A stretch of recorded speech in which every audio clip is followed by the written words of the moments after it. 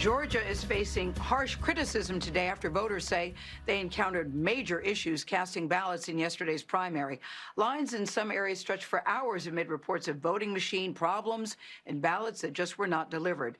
In a statement, voting rights group Fair Fight blamed, quote, incompetence and malfeasance at the state level. Fair Fight founder, that's Stacey Abrams, is the author of the new book.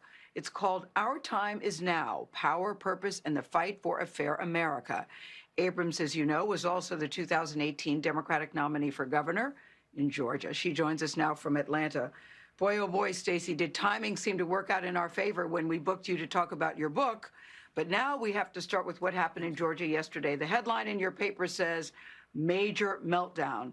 And I'm wondering, as you look at this, are you thinking, I know this song, I know all the words. What do you think when you look at what happened yesterday? It's exactly what I talk about in Our Time Is Now, which is that the ability for voter suppression to work is almost complete. Georgia has seen this before. Yesterday was, I think, one of the most egregious examples. And I want to be clear, it wasn't simply targeted, or certainly it didn't simply happen in Democratic strongholds. It happened across the state. Because one of the problems with voter suppression, with the incompetence and malfeasance that we see in the Secretary of State's office in Georgia, is that while the target may be communities of color, maybe voters of color or Democratic voters, it hits everyone. The long lines happened mostly in the urban areas, but we had to see extensions in Democratic and Republican areas, including the Republican area represented by the Republican Speaker of the House. This is a complete meltdown and failure of the Secretary of State's office. And that's what I find so interesting, that it was both Democrats and Republicans who were complaining.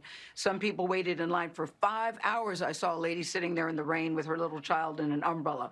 But now the Democrats and Republicans are both pointing fingers at each other. Who's to blame here, and why does it keep happening? The blame rests solely and squarely on the shoulders of the Secretary of State. And that's the crux of the lawsuit that we filed in the wake of the 2018 election. The Secretary of State is the superintendent of elections. That means it's his job to make sure that democracy works in every county, that it shouldn't matter where you live. But the problem with voter suppression is that in their urge and zeal to break the machinery for certain communities, they've broken it for everyone. We saw this happen across the state, but we do know that it was in Union City last night that the last voter didn't finish until 12:36 a.m. That happens because voter suppression is real and because we keep eliding the notion that we can fix it. We can't wait for justice to come. And that's why Fair Fight Action has been collecting stories and has been filing lawsuits, because until we can change the people in charge, we have to focus on changing their behavior by bringing attention to what they do wrong. But, you know, Stacey, even you had a problem. I was reading that you tried to vote absentee, and that didn't work out for you, because clearly there's a problem with the absentee ballot, and now we're 5 months away from an election. What was the issue you had, and what can be done to fix it in 5 months? The issue I had was that my absentee ballot, although I applied for it fairly early in the process, when it finally arrived, the return envelope was sealed. As I pointed out, I tried to steam it open because I watched a lot of Perry Mason. It didn't work, and so I had to go vote in person. But the reality is, across the state and around the country, we know that vote by mail is actually a good thing. But what we saw happen in Georgia was a failure of investment of resources.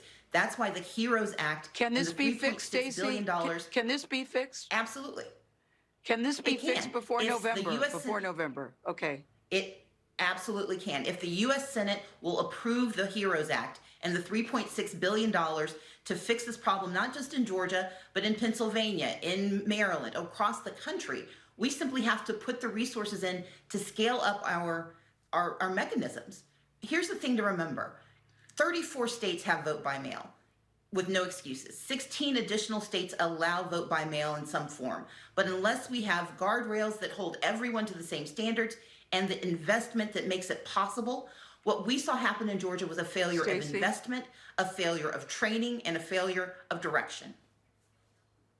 Stacey, I've got less than 30 seconds. You know, it's widely reported you're on the short list for Joe Biden's VP. We talked about it last time you were here, and clearly you're very interested.